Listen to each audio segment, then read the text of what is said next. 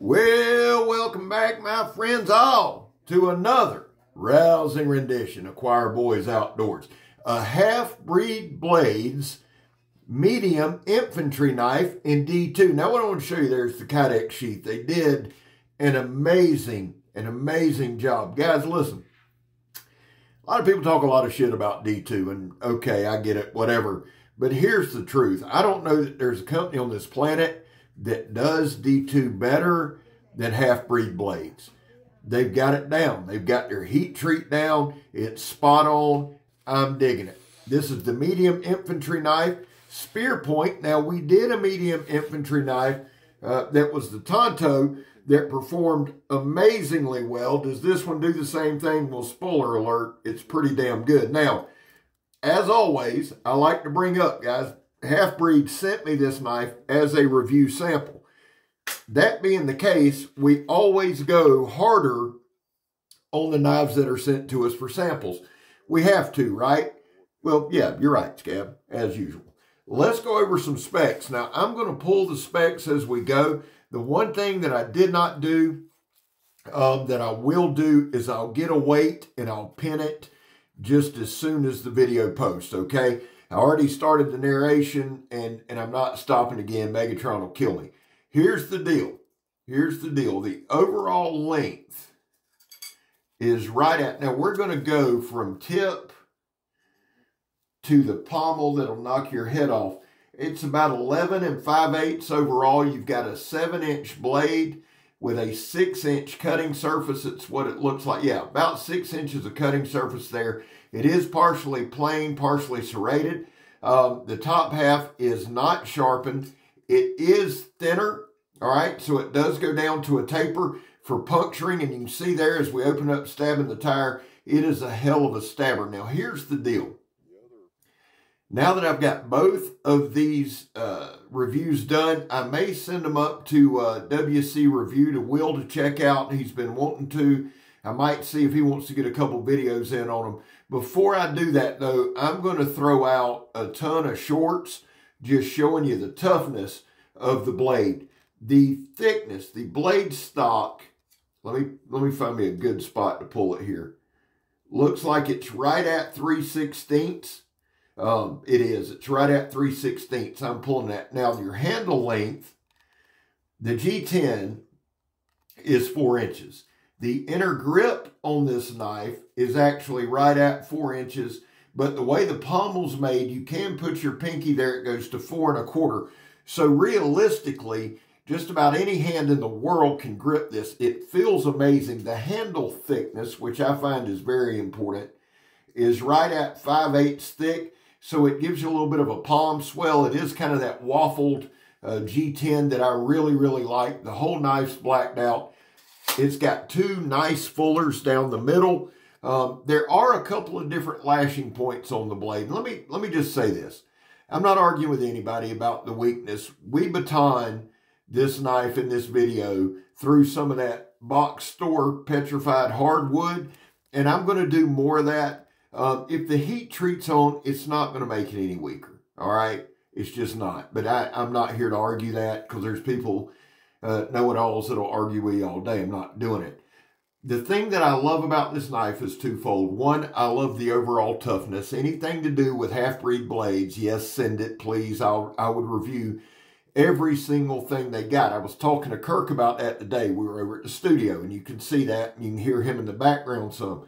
The truth is, Kirk has the large bush knife, the large folder, and I think one of their medium knives, he may have 3 or 4, but he's the reason that I started doing the half-breed blades stuff, right? They seen it. They were good enough to send me a truckload of shit to review, and I'm forever appreciative.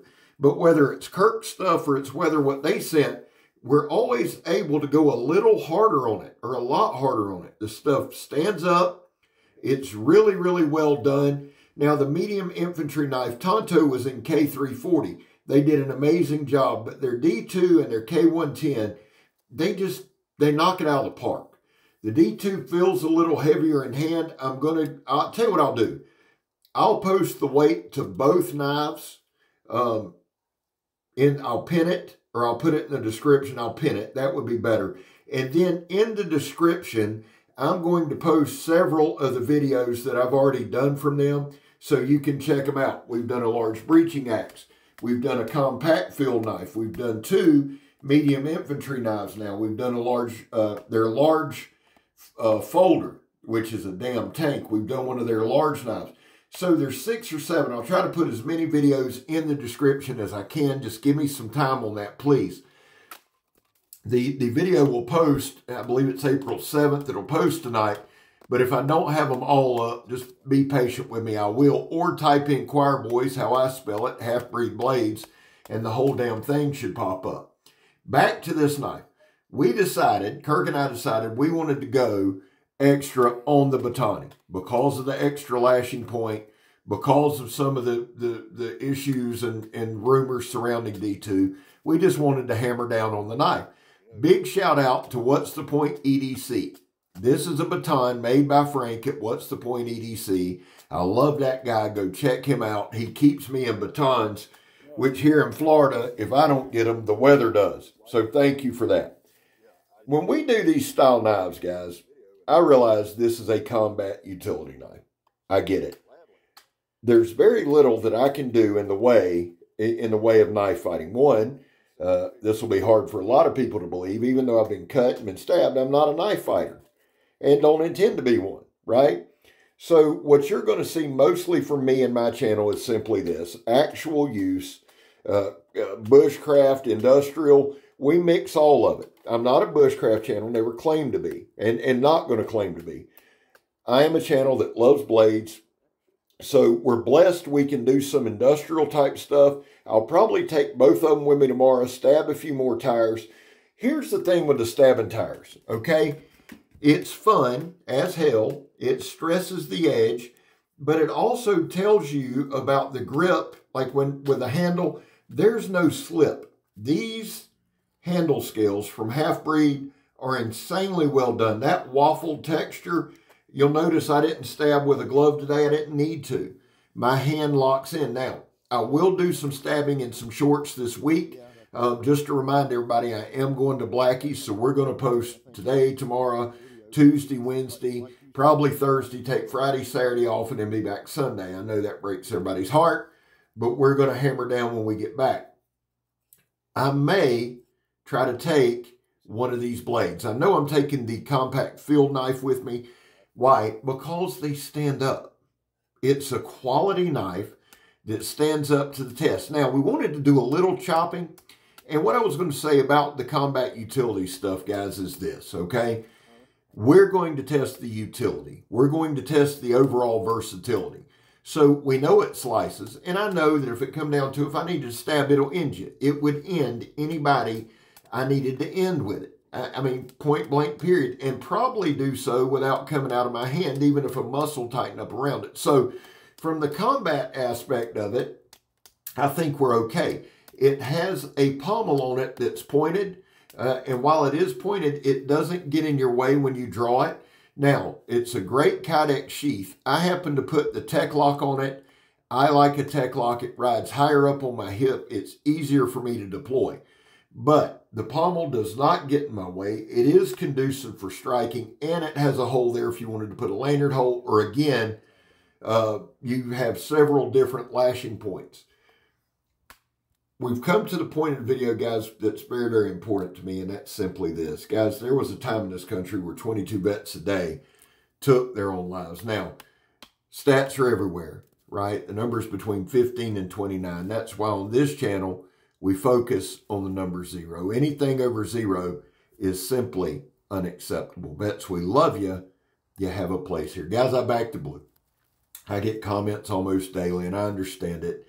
That's why I've just started saying, guys, I'm not arguing with anybody about it. See, you can't have any kind. I used to say, back the blue. How do I back the blue? By not breaking the damn law. And then every swinging dick that acts like they know something, I don't want to hear that stupid shit. I have my reasons. My kid's a cop. I'm not arguing with you about it, okay? Don't support them, don't support them. It changes my life none. However, I personally do.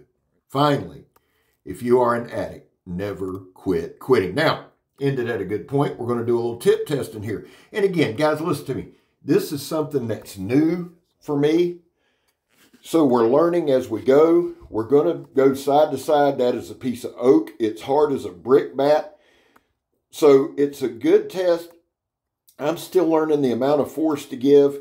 The thing with half-breeds, we did an emergency rescue tool, and that really convinced me, because I was prying, and when I went back and watched the video on the prying with that other particular tool, son, I was putting my weight into it, and that one was D2. And that gave me the confidence to do that. You see the blade flexing there. So I'm learning. This is a learning channel. I learn a little more every day. This is the JCO and spin test. It's just to kind of make a little bow drill, puts a little pressure on the point there. Again, this is a rock hard piece of oak. This was that big ass tree that fell over at Kirk's. So we've got some harder materials that we've been trying to do. Well, of course, I had to hold it right there. That's a better look. Hold it right with that ring. Attaboy, Scab. Take my word for it. The damn thing didn't bend. Now, we're going to do a little knife throwing here. There you go. Here we go. One. It actually slings pretty easy. Now, let me go ahead and say this. I'm not a knife thrower, and you say, damn sure not, Scab. I enjoy tossing them. I really do. I don't have any technique, but it's fun. And to me, it's another way to stress the tip and just have some fun. And I'm probably 6-7 feet away right there. I mean, if we're going to be honest about it, we're able to get some really good hard throws. And that's where Kirk and I, you might hear it in the background, D2's just got a real good weight to it. You're able to sling it. It sticks in there really well. Here's a really good look at the knife.